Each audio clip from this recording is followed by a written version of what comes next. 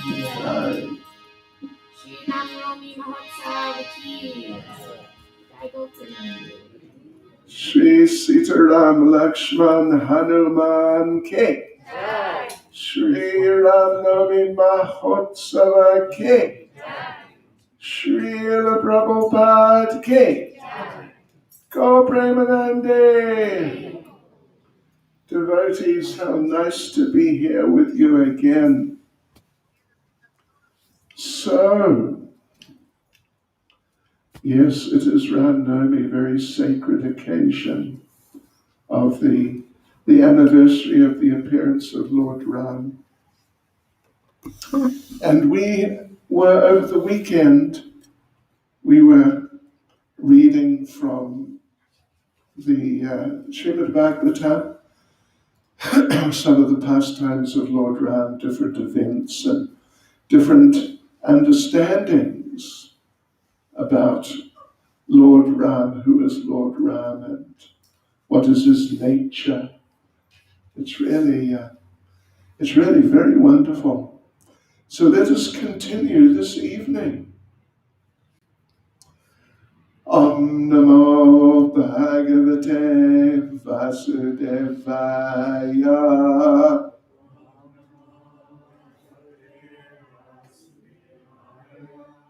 Om Namo Bhagavate Vasudevaya.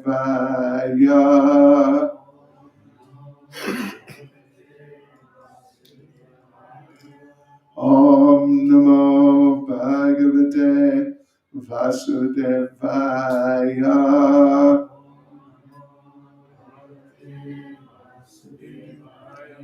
And thank you very much to our little bit younger devotees here for the lovely kirtan. Just wonderful, so wonderful. Haribol. Nama Om Vishnuvadaya Krishna Presta Bhutale Srimati Bhakti Vedanta Swaminiti Namane Namaste Saraswati Deve Gauravani Pracharne Nirvishesha Shunyavadi Pastyutyade Shatarne Sri Krishna Chaitanya Prabhu Nityananda Sri Advaita Gadadha Shivas Adi Gaura Bhaktivinoda Hare Krishna, Krishna Krishna, Hare Hare. Hare Rama, Rama Rama, Hare Hare. Vanchkalpatarubhyascha kripa sindhubhya evacha. Patitanam bhavanebhyo vaishnavebhyo namo namaha. Srila Prabhupada ki jai. Shri.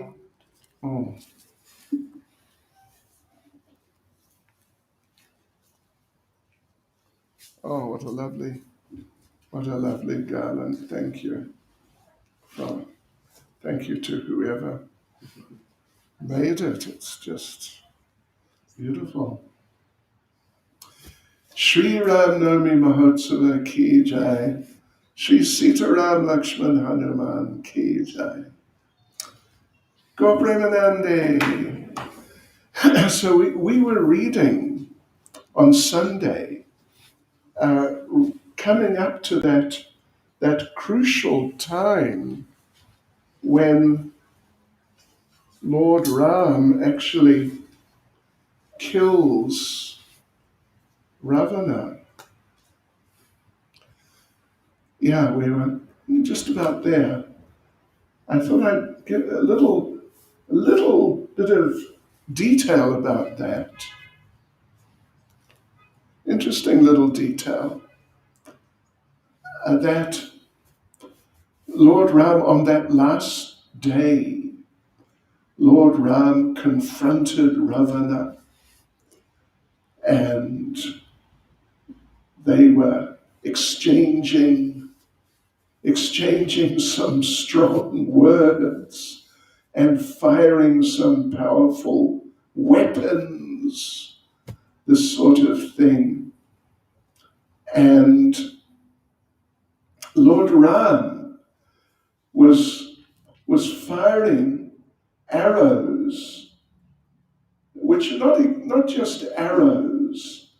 they're in the form of arrows, but they're all empowered by mantras. So they're actually, what they're really called is they're called astras, which basically means something like a divine weapon, something like that. And Lord Ram was firing these arrows or these weapons at the heads of Ravana, because Ravana had 10 heads. But as Lord Ram would knock one head right off the shoulders of Ravana, another head would just pop up, just like that. Amazing. And so Lord Ram was firing arrow after arrow, astra after astra, but it was not really having much effect or practically any real effect because there were still 10 heads there. And but Lord Ram had not fired at the heart of Ravana yet, just at the heads. And like we said, again and again and again and again, at the heads, but not at the heart. So the reason why he wasn't firing at the heart was because Ravana, within his heart, was meditating on Sita. Ravana was just completely, what would you say, what's the word, just obsessed with Sita. He couldn't stop himself, he couldn't help himself, he was just attached in a very extreme way. And so this means that Mother Sita was in the heart of Ravana. So, and of course, Mother Sita being a divine transcendental person like Lord Ram, like Krishna, like Radharani, being a great transcendental personality, when you think of such a personality, they are there. So as Ravana was thinking of Mother Sita, Sita was there within Ravana's heart. And just like if we think of Srila Prabhupada, Srila Prabhupada is there. If we see a picture of Prabhupada, of Sita, of Ram, of Radha, of Krishna, of Lord Chaitanya, all these very divine transcendental personalities, when we see pictures of them, they're there. They're personally present. In any type of manifestation of themselves. So Mother Sita then was in the heart of Ravana. And therefore, Lord Ram was firing at Ravana's heads, but not at his heart. But finally, as this was all building up and becoming more and more dramatic, increasingly dramatic,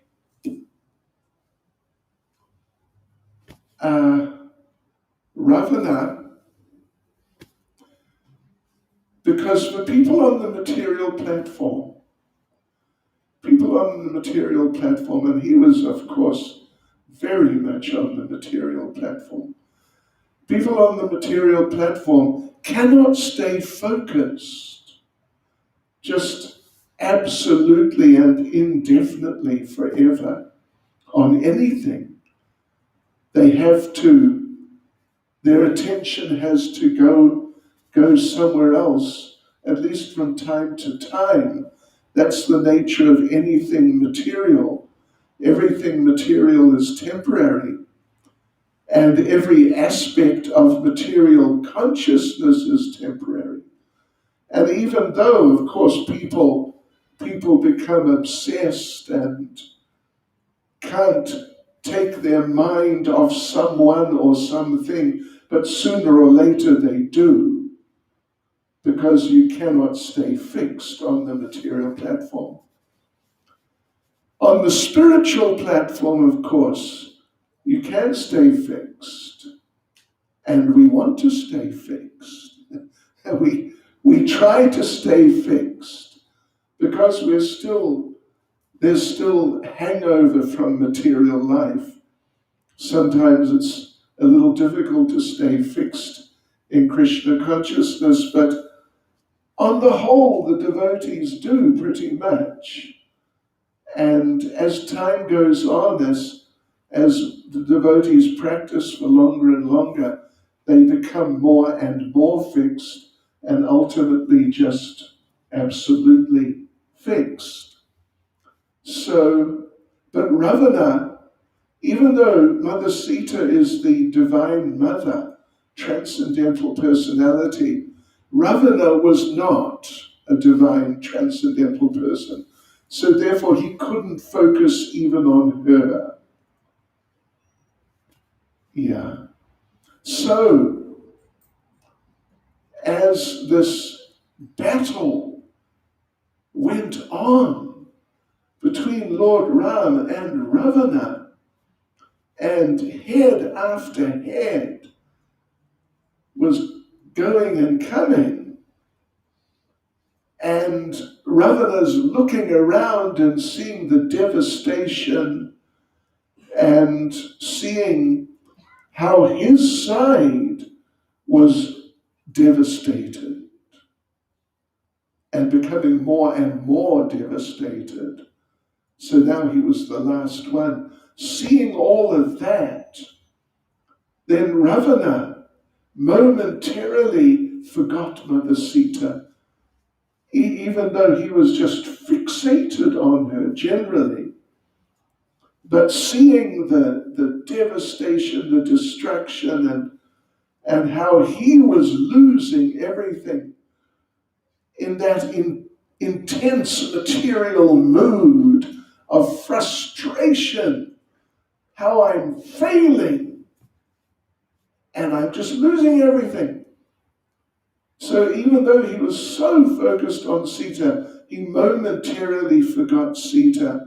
And at that moment, Lord Ram quickly pulled out the Brahmastra, the personal weapon of Lord Brahma, and fired it at the heart of Ravana. And, well, yes. So we will carry on from that point. Yes. So I'll read a few more verses from the 10th chapter of the 9th canto of Srimad Bhagavatam.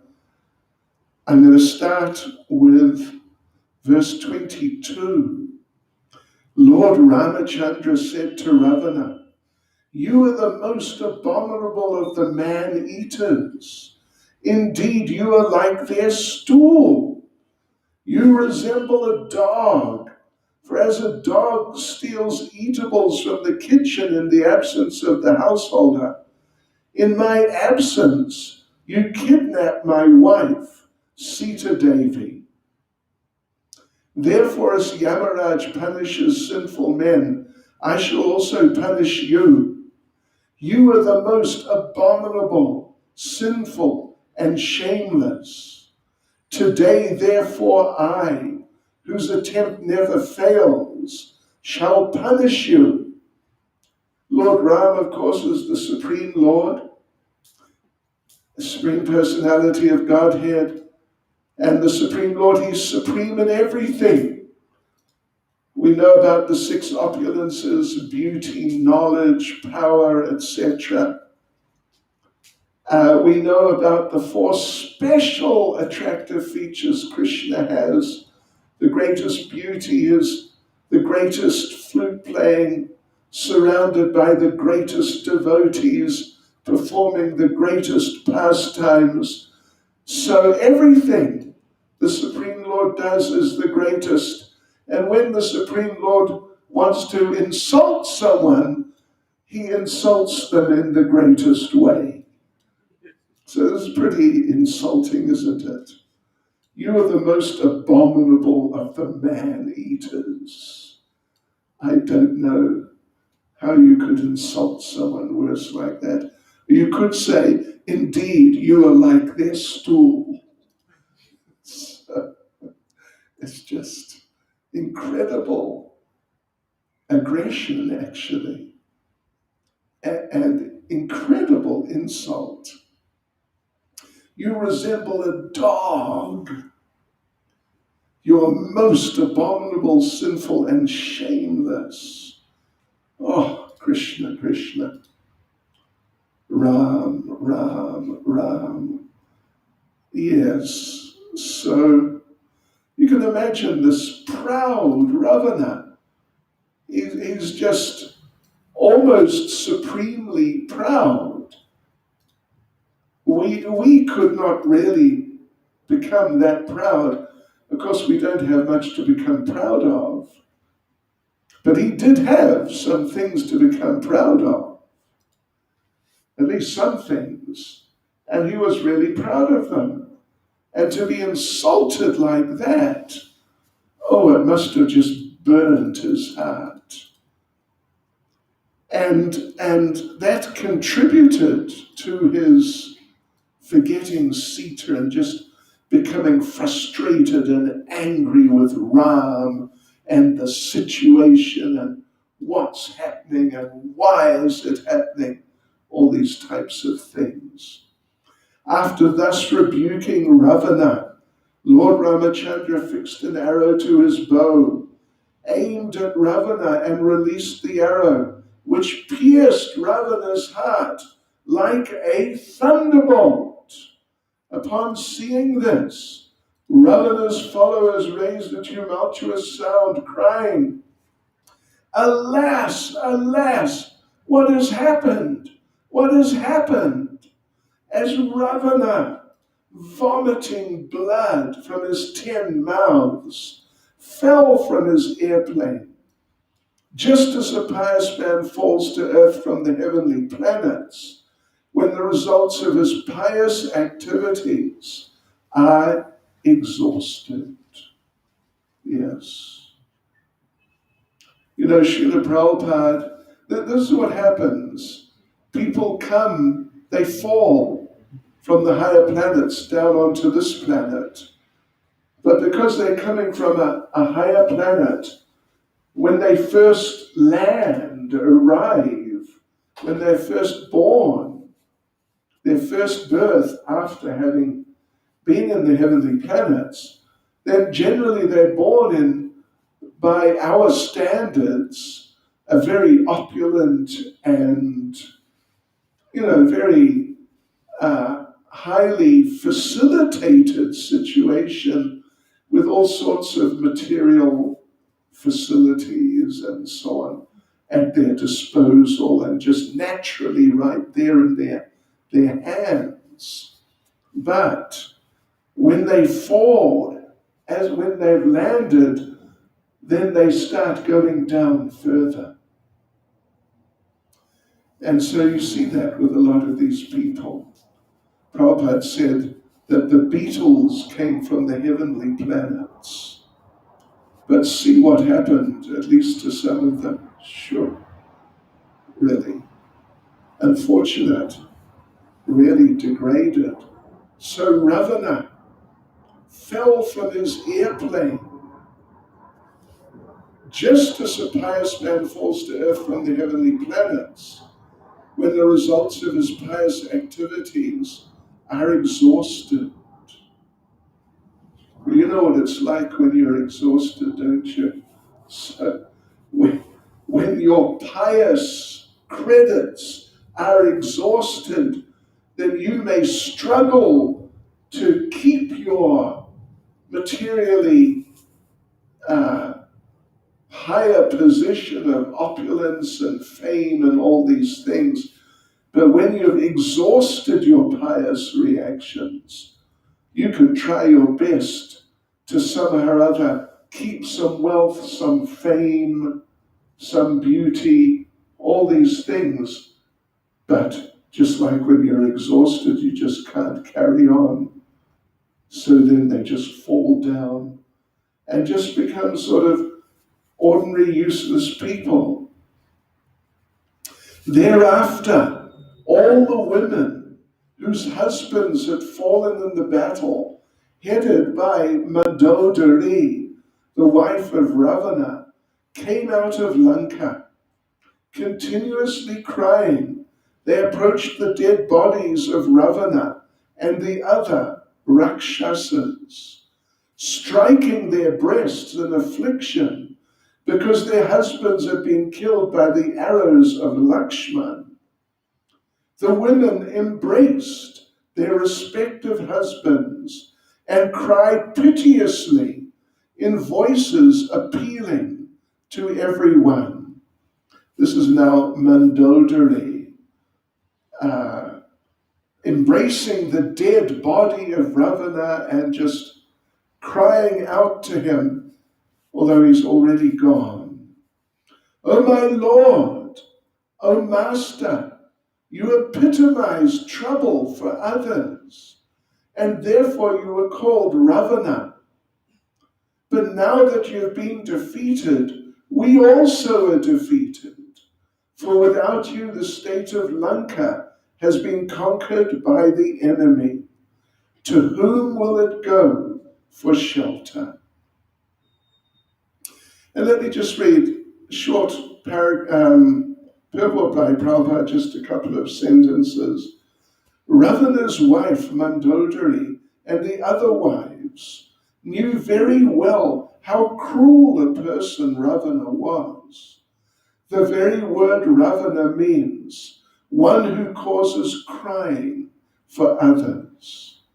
Ravana continuously caused trouble for others, but when his sinful activities culminated in giving trouble to Sita Devi, he was killed by Lord Ramachandra.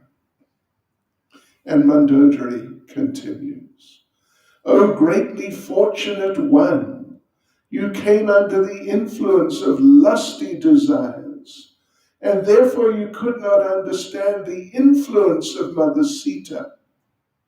Now, because of her curse, you have been reduced to this state, having been killed by Lord Ramachandra."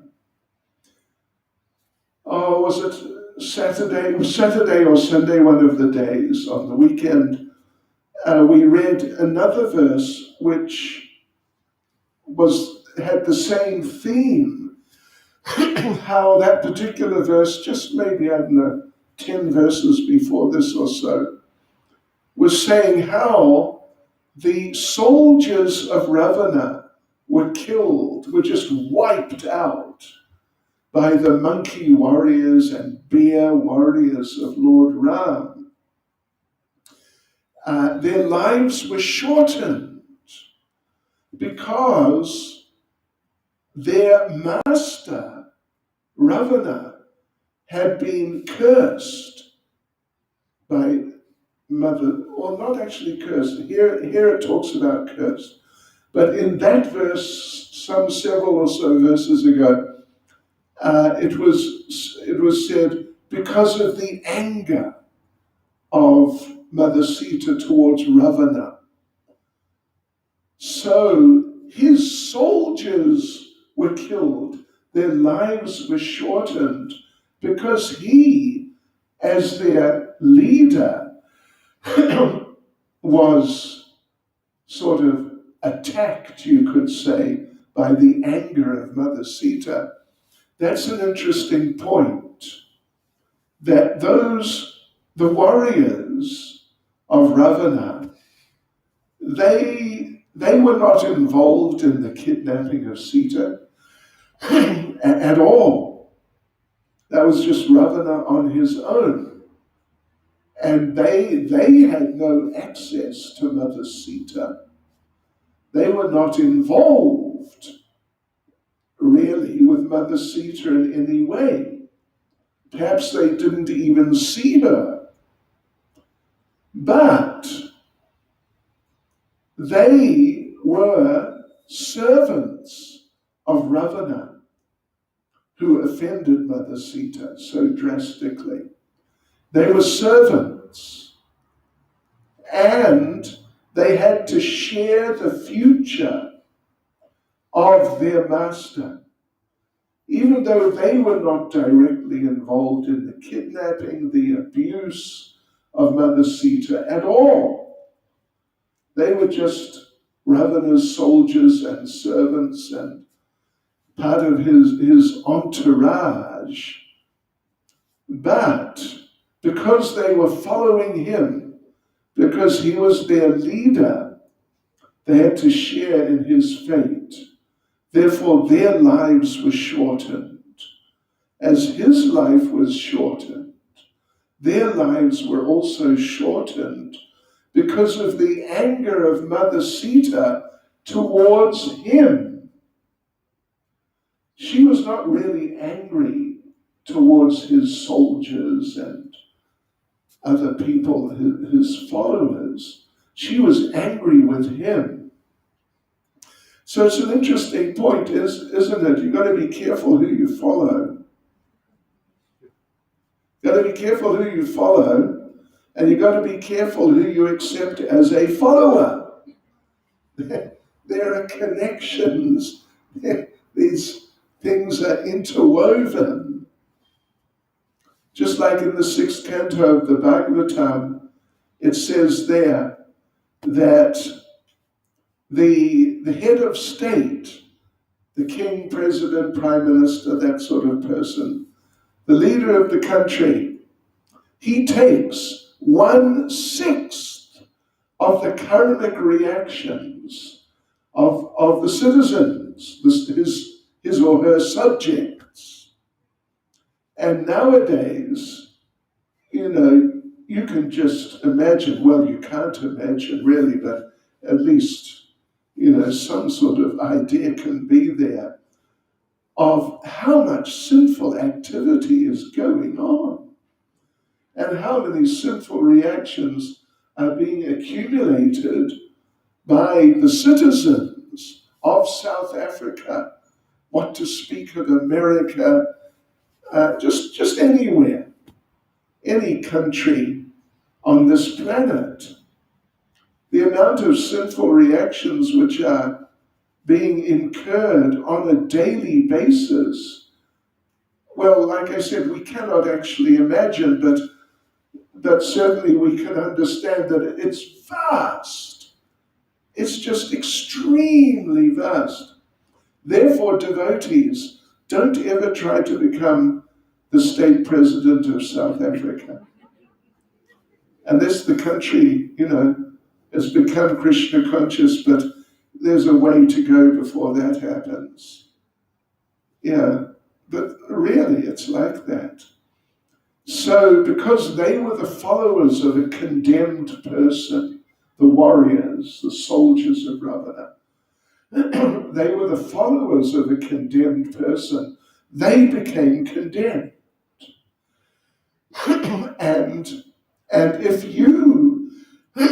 you're some sort of leader and you have followers who are condemned, then you become condemned. There's so much sort of interrelationship in this material world, and you've got to watch out. Because as Krishna says in Bhagavad Gita in the 6th chapter, that you have to learn how to see inaction within action and action within inaction. In other words, it's complicated. If you ever spend or have spent some time on Facebook, you would see on a person's personal page, like what do they do, and a few a few details about their personal lives, and usually it has something like relationships. And if you've seen enough of these things, as many as I have, there are some standard statements that you can make in regards to your relationships, and one of them is, it's complicated. So, which is true. Facebook, what can you say? But they got that right. It's complicated. Only thing is, it's much more complicated than they think. So yeah, as devotees, we have to be careful at least not to get entangled with the wrong people. When you're working, we understand obviously that the great majority of you have to work, and which generally means in 90-something% of the cases, you're working for some non-devotee or group of non-devotees. So you just got to be careful not to get too entangled. When you go home in the evening, leave your work at work. Don't take your work home. Ultimately meaning don't take your work consciousness home and any feeling of sort of loyalty and commitment to the boss. You got to become your own, you got to be your own person as devotees. In material situations, we have to remain our own persons and not get sucked into the sort of the whirlpool of material relationships. So that's what happened to those warriors. That's what happened to them. They were not directly offensive to Mother Sita at all. They had no chance to. But they followed Ravana, who was offensive and who was cursed by Mother Sita. And the followers, even though they're only remotely related to the actual situation with Mother Sita, but they were implicated. So, yeah. Anyway, ladies, again, we mentioned the other day, in terms of the statement in the other verse, how those people died because of the anger of Mother Sita towards Ravana. And here now, Mandodari, who's a very pious and chaste lady, actually. In fact, she is one of the classic chaste ladies in Vedic history. There's a list of them, the chaste ladies in Vedic history, including Sita, Lakshmi, Devi, and Mandodari is one of the classic chaste ladies. So she she understands that now, because of her curse, you have been reduced to this state. It's not even a pathetic state of being dead, it's just hopeless, absolutely hopeless, because of her curse. And that was her power. And that is the power of a lady of character. Yeah. I'm sure you know what it's like in material life, particularly in the very westernized version of material life. The young ladies, many of them think they have to sort of lower their moral standards. Otherwise, they will not be able to kind of get a man. Yeah. So, amongst devotees, generally it's different. But amongst the non-devotees, particularly in the very westernized society, it's definitely sometimes like that. There's absolutely no doubt whatsoever. So that maintenance of chastity and real personal character, quality of character, this is a very important part of life for a lady. And I'll read a couple more verses here about the situation on the battlefield, and then we'll go to focus a little more on the conclusion of the whole pastimes of Lord Ram. So this is again Mandodari. O pleasure of the Rakshasa dynasty, because of you, the state of Lanka and also we ourselves now have no protector. And this is a classic. Can you just imagine a wife saying this over the just right now dead body of her husband? By your deeds, you have made your body fit to be eaten by vultures, and your soul fit to go to hell. Because she knew, like I said, she was a very elevated lady. Yeah, she knew who was Ravana and what was his way of life and what sort of future he was creating for himself.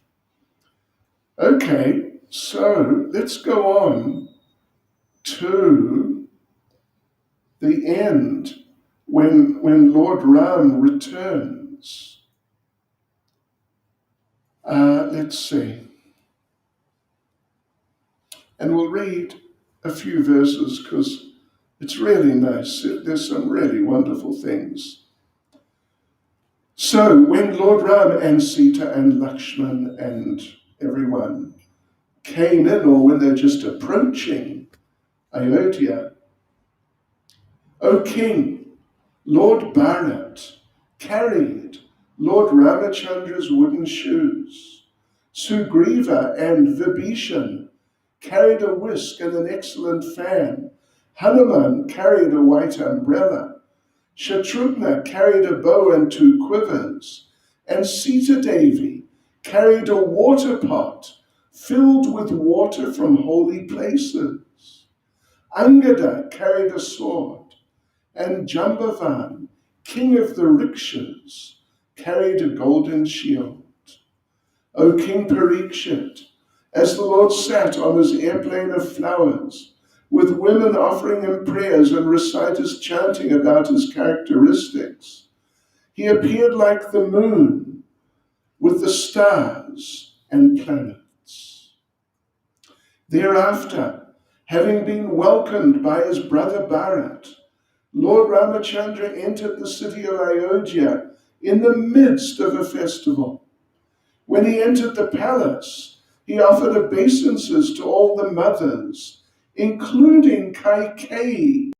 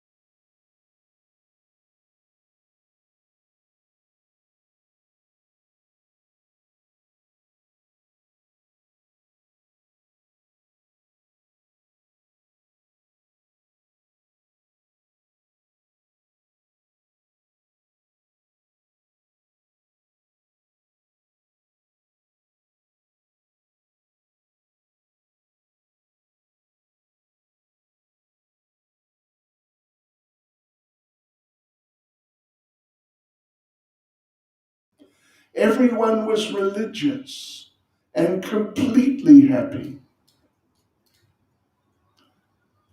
O Maharaj Parikshit, best of the Bharat dynasty, during the reign of Lord Ramachandra, the forests, the rivers, the hills and mountains, the states, the 7 islands and the 7 seas were all favorable in supplying the necessities of life for all living beings. And this is one great classic verse. This is just really, in fact, in Srimad Bhagavatam, it's got to be one of the great classic verses. When Lord Ramachandra, the Supreme Personality of Godhead, was the king of this world, all bodily and mental suffering, disease, old age, bereavement, lamentation, distress, fear, and fatigue were completely absent. There was even no death for those who did not want it. And there's a short purport here by Srila Prabhupada. Let me just read it. It's a very amazing purport. Very, very, very powerful purport.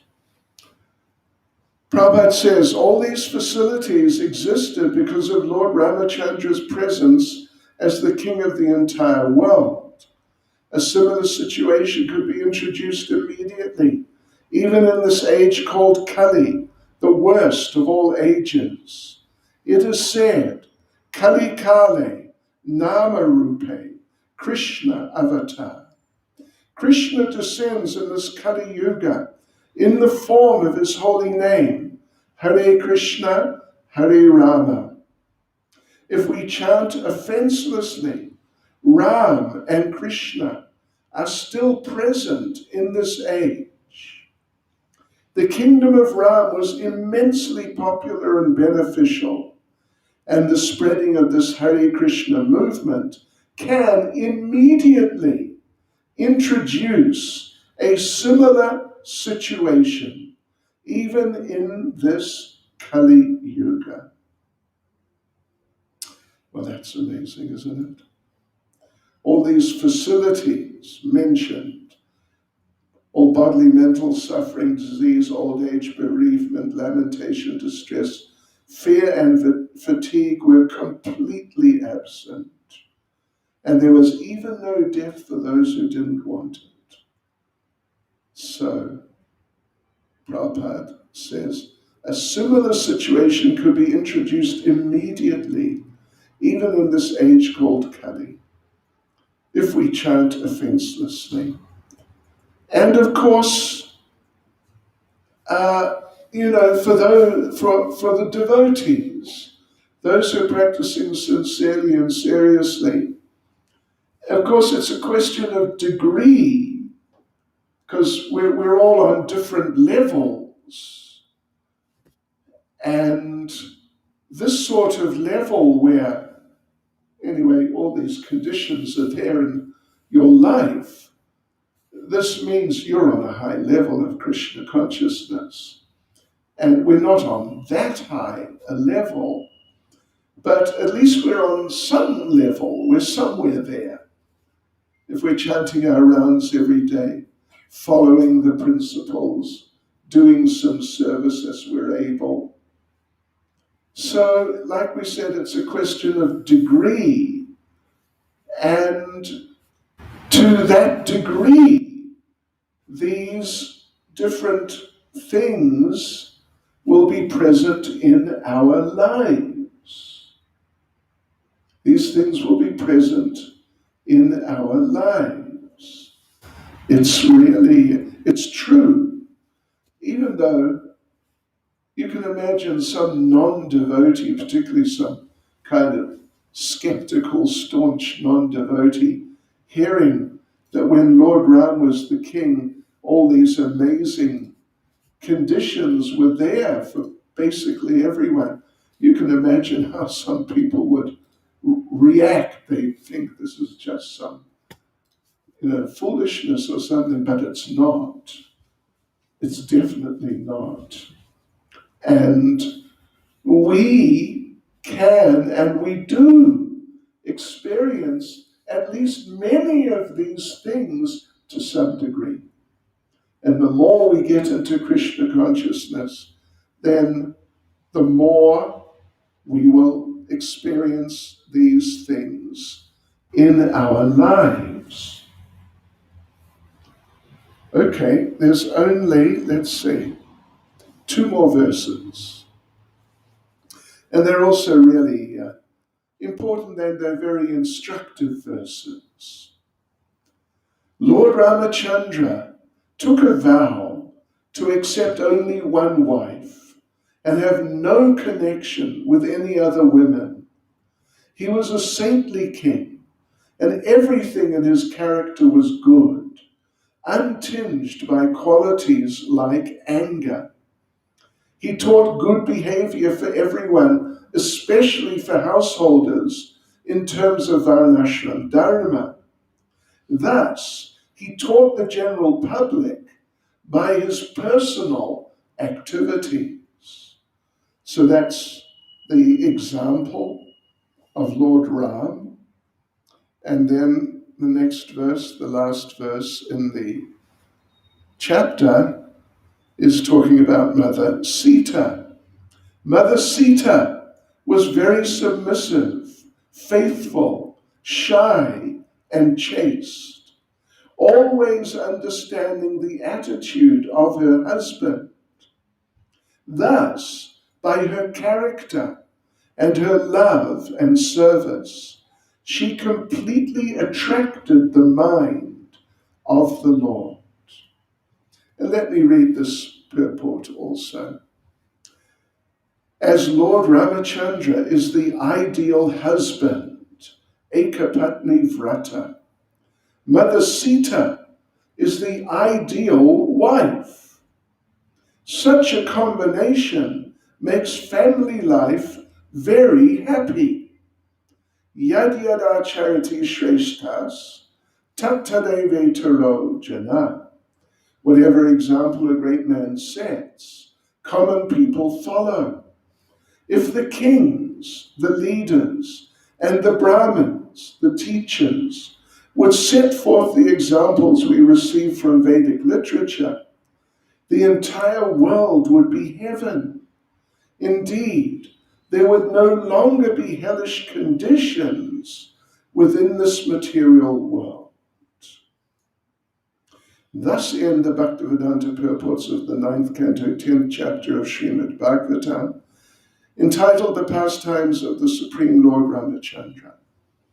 And I know some of you, however many of you have heard me say this before, my experience on first seeing Srila Prabhupada in Auckland University, New Zealand, sometime in April 1972, there was Srila Prabhupada cruising through the university with a couple of young ladies throwing rose petals in front of his feet and the sweet kirtan going on behind. And this thought just popped into my head out of, I don't know, maybe Krishna, that this must be like heaven. So, yeah, life, there are different places in our literatures in which it is stated that if we live in Krishna consciousness, if we really live in Krishna consciousness, then our situation can actually be like heaven. In the Ishopanishad, we were studying the Bhakti Shastri some months ago, and is it the 2nd verse, I think? I think it's verse number 2, anyway, it's right around there.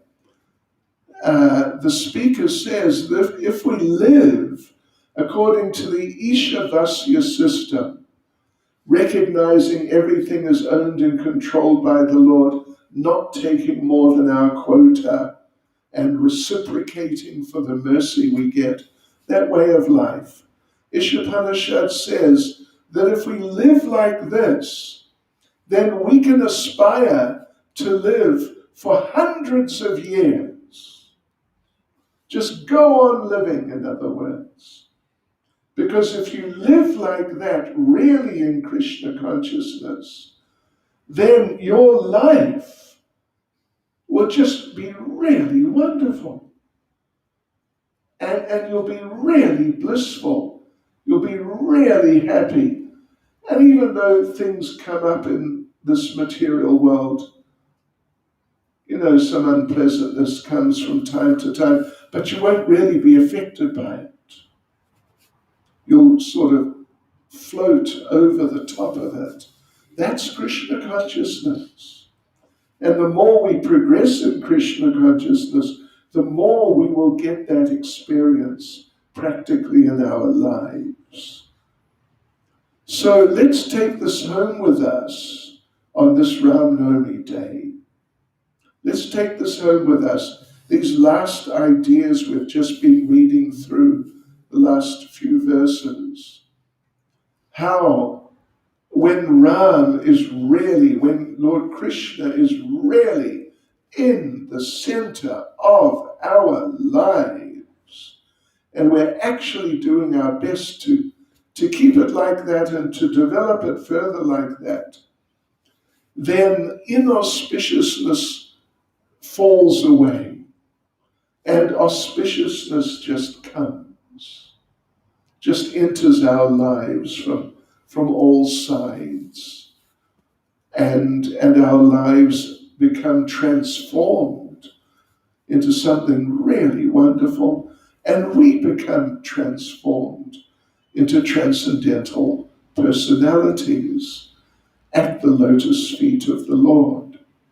So let us meditate like that, take it home with us, keep it with us, and come back on Sunday, because we will on Sunday, we will have some Hanuman Katha. Hanuman as the great devotee, servant of the Lord, it's nice. Shri Sitaram Lakshman Hanuman ki, Shri Ram Navami Mahotsava ki. I believe we have a couple of questions, is it? Or yeah, okay. So let's take the questions, and then we'll have Arti. Look at the beautiful altar. Look at that, isn't it wonderful? So nice.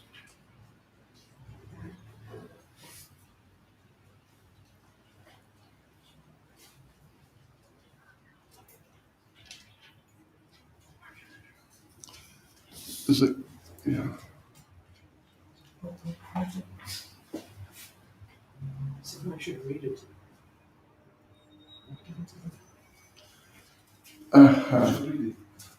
Someone should read the questions. Okay, sure. Is Facebook working? Yes. The computer crashed and restarted. We restarted. Oh, okay. All right, so we got questions. Someone's going to read them. Maharaj, how do we overcome our pride? That's one question. Okay, it's a good question. It's important to really try to overcome your pride, because in Krishna book, Srila Prabhupada makes the point in relation to the rasa dance and how Lord Krishna left the gopis in the rasa dance. The point is there that he left because some pride arose in them that, we have got Krishna. That sort of pride. And Prabhupada says that Krishna can tolerate practically any fault in his devotee, but he doesn't tolerate pride. So how can we overcome pride? Well, if you're capable of it, at least to start, a starting point is to if not realize, but at least accept in principle, shall we say, that actually I am really a bit of a fool, and I really don't have much to be proud of. Yeah. So, because it's true.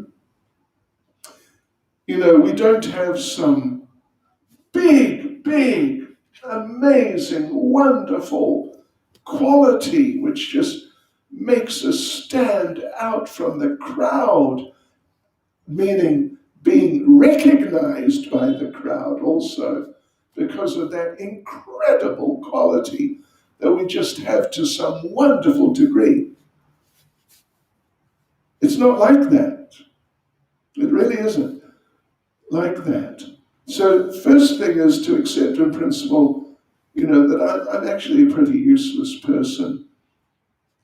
And then following that to whatever degree my life is auspicious, and of course we're devotees, and we're practicing and trying to progress as devotees. So that's good. That's really good, actually.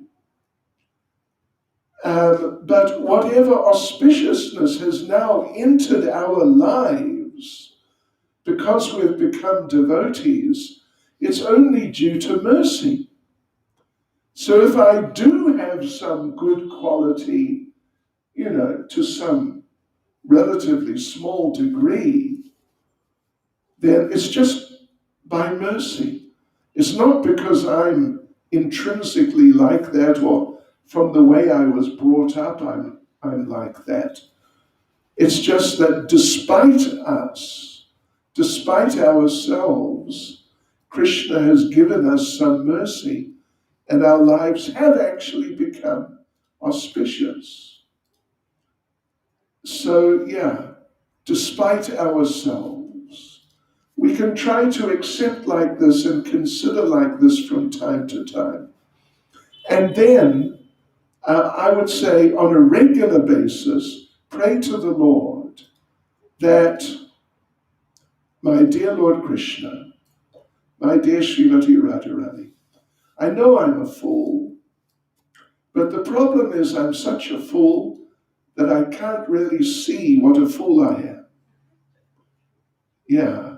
So please help me to get a more realistic picture of who and what I am, so I can keep my feet on the ground, keep grounded, and not go off into some fairy tale world of thinking that I am Superman, or if not Superman, at least Batman, or Superwoman, or Robin. No, Batwoman. Anyway, you know what I mean. You know what I mean. Yeah. That I'm just a fallen conditioned soul, really, and I am dependent on mercy. And fortunately, I have got some mercy. So, my dear Lord, please help me to see myself for what I am and keep in a mood of dependence and humble service so that I keep getting your mercy. That's my suggestion. The second question is related. What is the difference between material and spiritual pride? How do we identify which of these two we are? You don't need to worry too much about identifying yourself. You can probably take it that it's not the right kind. But anyway, you're all nice, actually. You're great. But spiritual pride, Prabhupada talked about spiritual pride. Prabhupada said spiritual pride means we have the best Lord and Master. We have the best Master. And we've got Prabhupada. And Prabhupada is the best, because he really, really is. This is transcendental pride. But if we start thinking that I'm the best, sure, yeah, that's material pride, yeah. We should always try to be mindful. One devotee said, actually, quite some years ago, but it really caught my attention. The devotee said that Krishna consciousness is so wonderful, it is just uniquely wonderful.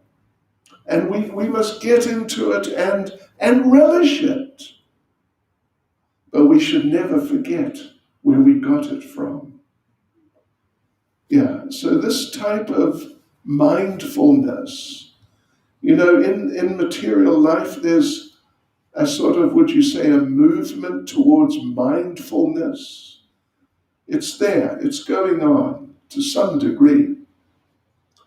Yeah, just getting off the sort of automatic pilot platform and being mindful of what's the situation. So we should really try to be mindful of, first of all, be mindful, be aware that we're so fortunate and our lives have been improved tremendously through Krishna consciousness. And then always be mindful where we got it from, where we're getting it from, and how we can continue to get it like that. And then we'll, in a natural way, we'll have humility, that's one thing, but we'll also be able to have some spiritual pride in, we have the best process. We have the best mantra, or you could say the best prayer. We have the best songs. Our bhajans, they are just completely amazing. You know what I was brought up on? The Beatles, I Want to Hold Your Hand. We've got the best songs. Really. So like this, mindfulness is an important part of Krishna consciousness. And if we're mindful like that, then we'll avoid the material pride of thinking I'm special, because the only special that I am is I'm especially foolish, really. Okay? How can women improve their chastity? How can women improve their chastity? Well, men can too. Yeah, everyone can. We read actually it was on Saturday, right at the end, I remember reading what Sita said to Ram, why she should not be stopped from coming with him. And the very last thing we read was that she said that I have never thought of another man within my mind, as do women, I don't know, who are of low character or something to that effect. So, the classic understanding of what is chastity in the sort of strict sense is in regard to one's husband or wife, being chaste like that, and knowing that if your mind sort of goes, dribbling off in the direction of some other member of the opposite sex, that this is just, it's really not being chaste, but it's something which is going to produce, if I allow it, my mind to just go off like that and start contemplating, then it is going to cause me pain.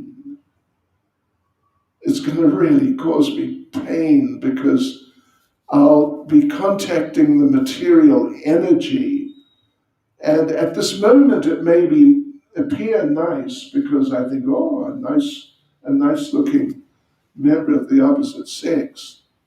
But after a little while, the real nature of it will manifest, and great anxiety, and beyond just anxiety, I mean, things can start happening in your life on the basis of that sort of simply just contemplating. Things can start going wrong and hurt you badly. And who wants to be hurt? Nobody wants, no sane person wants to be hurt. So, that's on one side, sort of the negative side, that we don't want to let our minds go off into unchaste areas.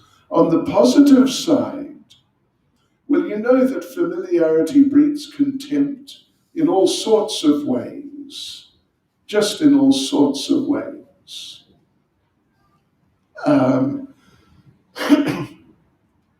So, towards your spouse, familiarity breeds contempt.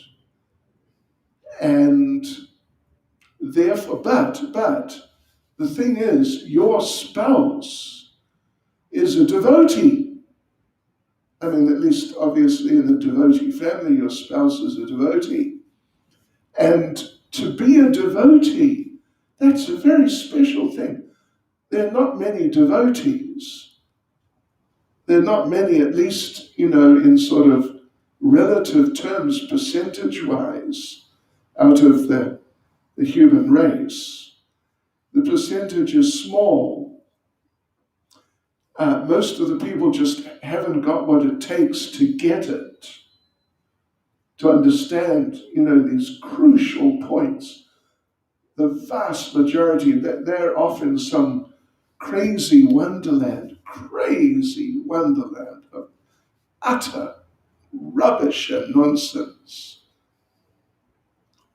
But now you are married to a lady or a man who's one of these few special people who has understood to the point that they're acting and acting on the understanding and dedicating their lives to living the understanding. So that, that means you've got a rare soul that you're associating with on such a close level. But familiarity breeds contempt. So therefore, my suggestion is that from time to time, and it means on a regular basis, take a step back and just consider the good qualities of your husband or wife. They've got some other things too, because we're conditioned souls and they're sort of hangovers from our previous conditioned life. But Krishna consciousness, part of it, a really important part, is we don't get too hung up. As Bhaktivinoda Thakur said, forget the past that sleeps. So in terms of our relationships, try to overlook the effects of the past which are there in your spouse, which, from time to time, your spouse does something which causes some irritation or even worse. But know that I must overlook these things and really try and appreciate the good qualities, because they're there. They're actually there. And the first part of it is simply that this person is a devotee and has committed their life to being a devotee. That's just such an important, valuable, and wonderful thing. So some thoughts on the subject. Okay. Hare Krishna Srila Gurudev. From the Gita, we understand that there is no advancement in Krishna consciousness, that no advancement in Krishna consciousness is lost, and that in one's next life, he may be potentially born in a Brahmana family, a family with wealth, etc., to continue on his journey. How do we justify families with an abundance of wealth being misused rather than continuing advancing in devotional life? You mean devotee families who have wealth and they're abusing it, or just, Bill Gates and people like that? It says born in a Brahmana family with wealth. Brahmana family with wealth. You mean like a Maharaj family from Durban?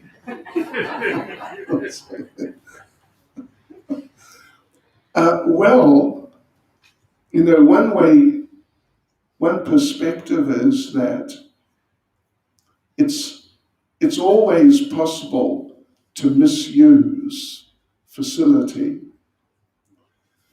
Just because people have wealth doesn't mean that they were devotees, they were devotees in their previous lives by any means.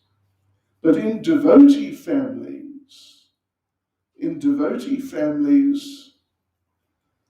anyway, it's possible that one is born in a devotee family which is fairly wealthy by our standards, but the people, the family members, they get into extravagance. So that's just, in Krishna consciousness, the danger of becoming influenced by Maya is there. And people can get deviated, people can even just fall down, even from fairly elevated levels of Krishna consciousness, if they allow themselves to become enamored by material, say in this case, material opulence. A very nice example of someone who is in such a position but is not affected is Ambarish Prabhu. I think probably all of you have met him a bit at least. I think he's been here twice. And he's a very wealthy person. I would imagine he's more wealthy than all of us sitting here to get put together. Probably quite a number of times more wealthy than all of us put together. But he's a humble, sincere devotee, and he's given so much. But given so much, that's important. But his character, he's such a gentle soul, and so sincere in his practice of Krishna consciousness. So, you may have a few million rands, but being proud of your few million rands is almost like a pauper being proud of his penny, because rands are hardly worth anything. It's ridiculous, actually.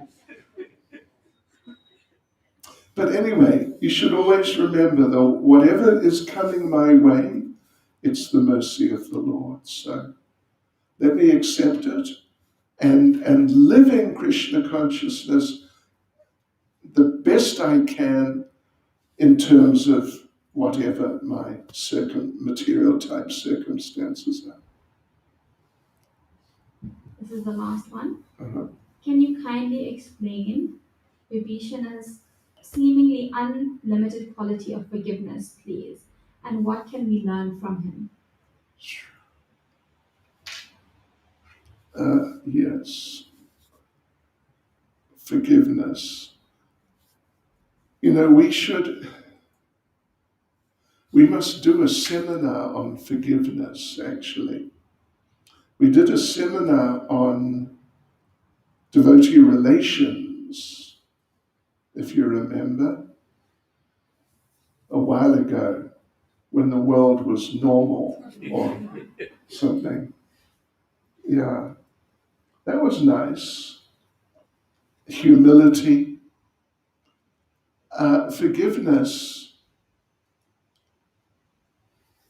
Vibhishan, yeah, okay, but just in general as a principle, forgiveness is very important because if someone offends you, let's say they actually offend you. I was going to say, or you feel offended by them, but let's say they actually offend you. And of course you feel that.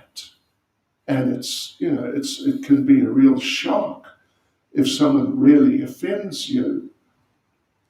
But if you carry that around and you won't let it go, then, the person offended you then, back at that point. But now, they're probably offending someone else. They can't be bothered with you any longer. So, but you are carrying the offense with you by meditating on it and remembering that, oh, he did this or she did that, this sort of thing, and carrying it with us. And it hurts you when you meditate on how you got hurt and what it was that was said or done which hurt. So, in other words, by not being able to forgive, you now cause yourself pain. The actual incident is over, but now you're sort of perpetuating the incident by not forgiving.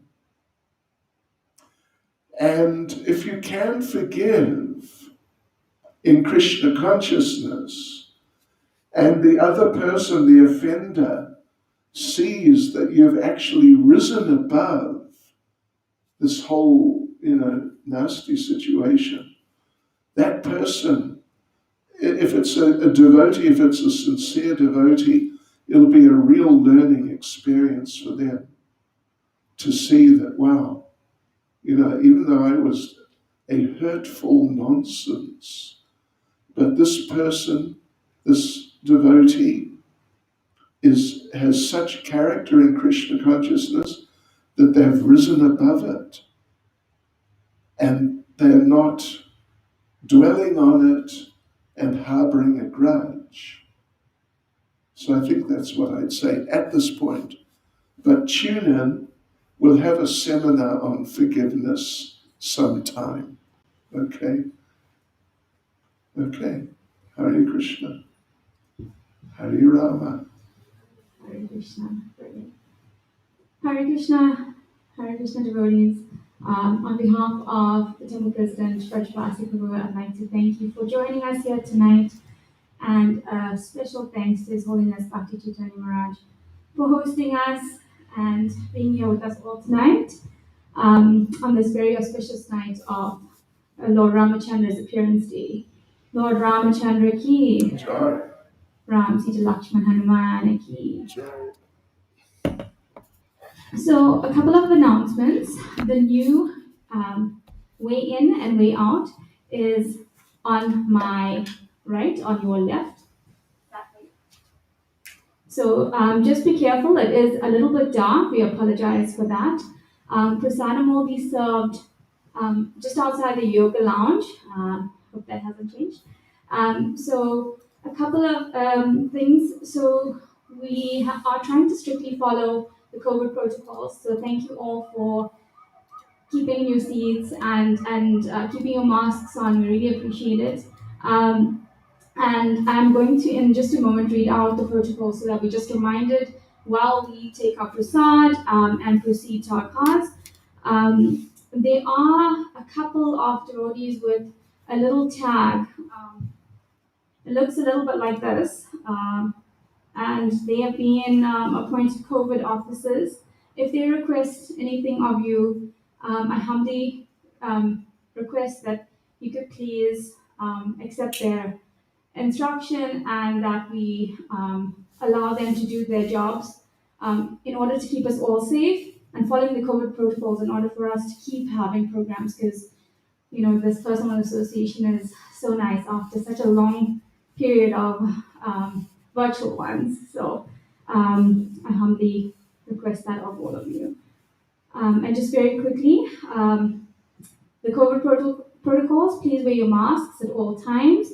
Maintain social distancing at all times. This means at least 2 arm lengths away from each other. Do not offer obeisances on the grass. You may do so from your chair. And thank you all for sitting in your designated spots and not moving your chairs around. During kirtan, please remain standing or dancing at your chair. And during Aarti, the lamp, water, and flowers will not be circulated after they have been offered to Srila Prabhupada. And just another reminder that no one is allowed onto the porch area. And we'll now have some kirtan. Hare Krishna.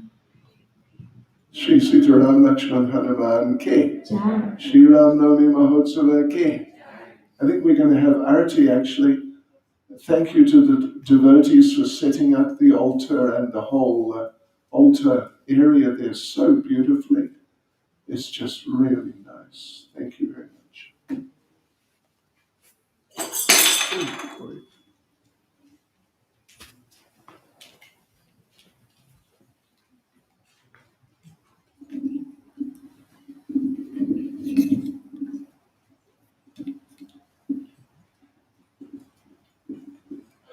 Can someone play the harmonium? Is there someone around? Namah Vishnu Padaya Krishna Prestaya Bhutale Srimati Bhakti Vedanta Swami Namine.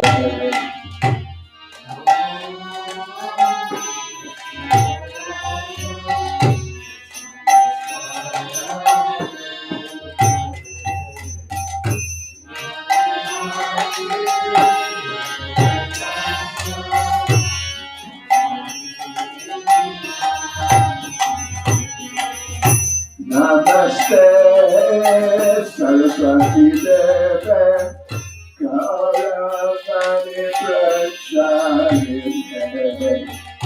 Nirvishesha Shunyavadi Askatadesha Tarine.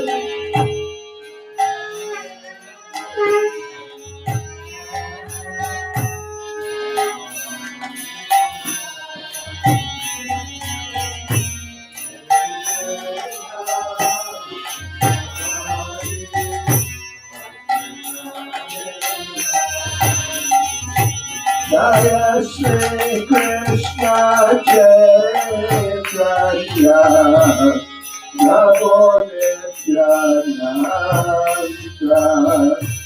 Shri Advaita Gadadara Sivasadi Gavata Vrinda.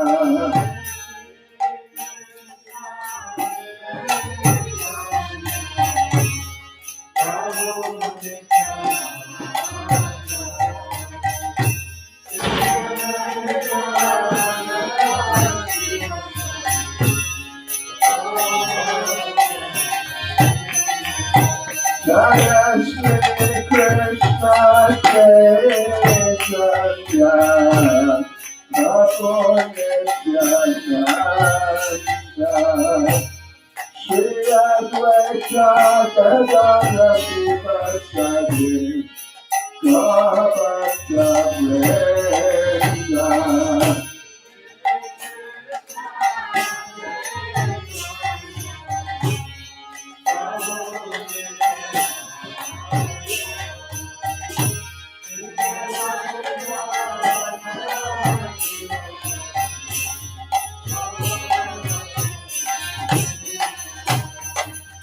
Hare Krishna,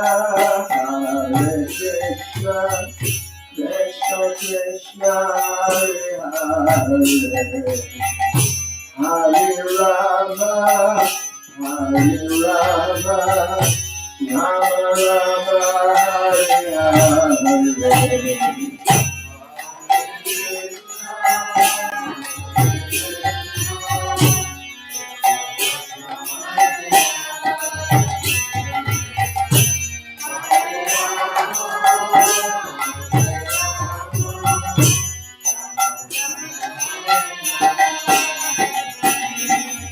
Hare Krishna, Hare Krishna, Krishna Krishna, Hare Hare, Hare Rama, Hare Rama, Rama Rama, Hare Hare.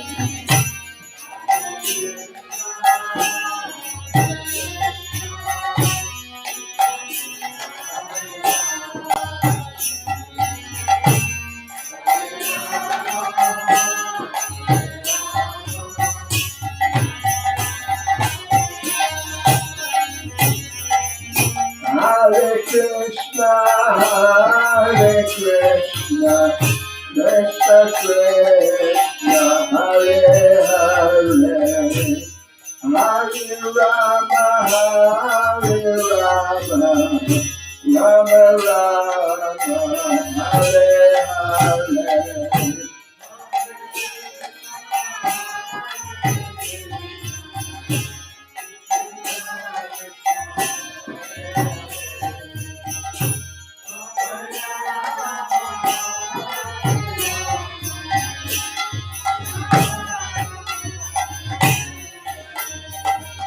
Hare Krishna, Hare Krishna, Krishna Krishna, Hare Hare, Hare Rama, Hare Rama, Rama Rama, Hare Hare.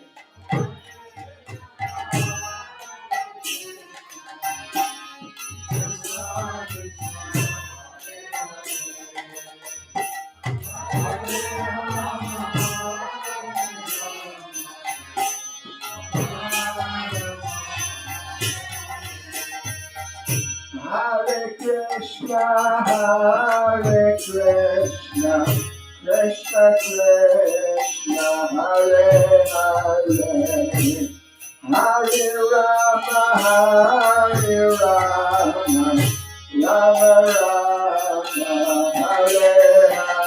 Hare Krishna, Hare Krishna, Krishna Krishna, Hare Hare, Hare Rama, Hare Rama, Rama Rama, Hare Hare.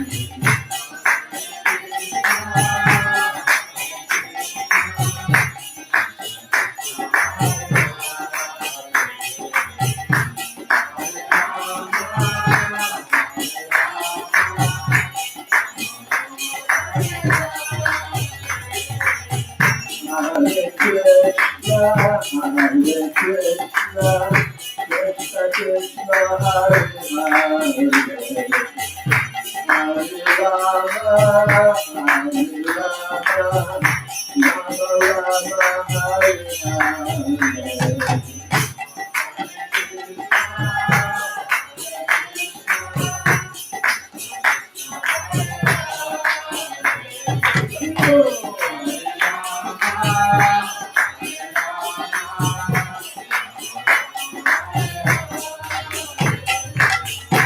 Hare Krishna, Hare Krishna, Krishna Krishna, Hare Hare, Hare Rama, Hare Rama, Rama Rama, Hare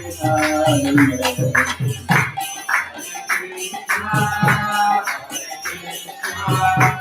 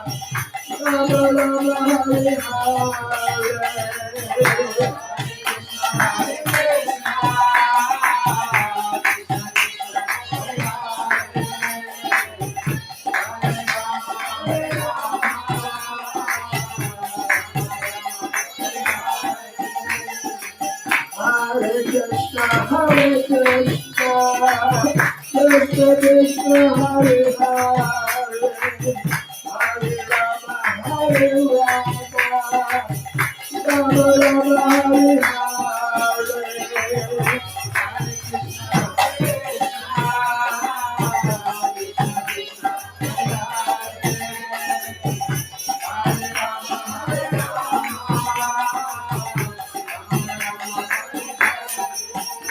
Hare Krishna, Hare Krishna, Krishna Krishna, Hare Hare, Hare Rama, Hare Rama, Rama Rama, Hare Hare.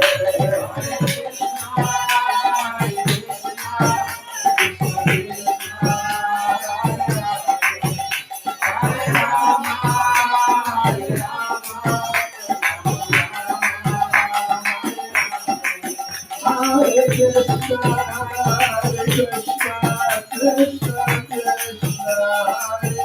Hare,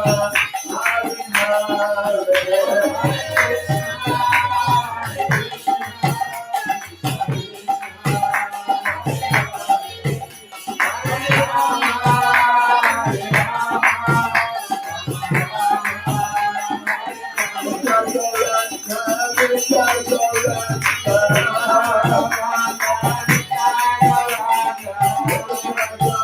Rama, Hare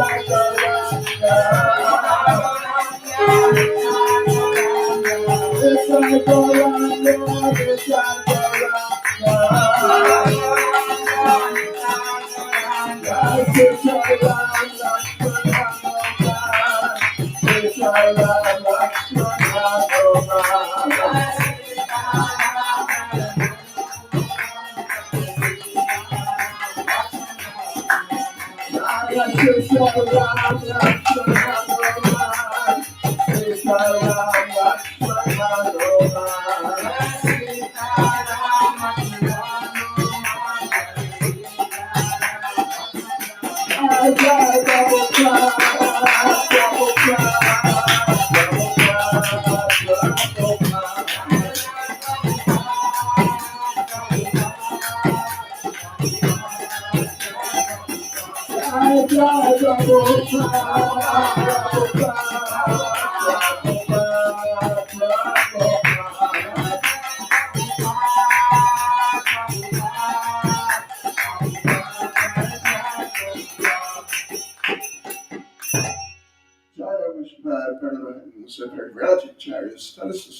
His Divine Grace, A.C. Bhaktivedanta Swami, Srila Prabhupada Ki, ISKCON's founder Charya, Srila Prabhupada Ki, Anant Kodi Vaishnav Vrinda Ki, Nanacharya Srila Haridas Thakur Ki, Prem Segahas Krishna Chaitanya Prabhu Nityananda, Sri Advaita Gadadhar Srivasadi Gaura Bhakta Vrinda Ki, Sri Sri Radha Krishna Gad Govanath, Shamkund Radhakund Giri Govardhan Ki, Shri Vrindavan Dham Ki, Shri Mayapur Dham Ki, Shri Jagannath Puri Dham Ki, Shri Shri Sitaram Lakshman Hanuman Ki, Srila Prabhupada Ki, Shri Ram Navami Mahotsava Ki, Go Premanande, all glories to the assembled devotees, all glories to the assembled devotees, all glories to the assembled devotees. All glories to Sri Guru and Sri Gauranga. All glories to Srila Prabhupada.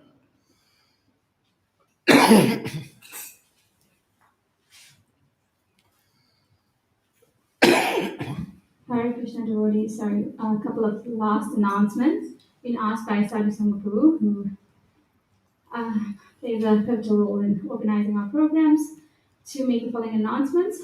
Devotees who sponsored the feast, flowers, decor. A very big thank you to these devotees. Thank you so much for making this festival possible. And of course, an extra special thanks to the wonderful cooks. A reminder that the prasadam is takeaway for you to enjoy at home.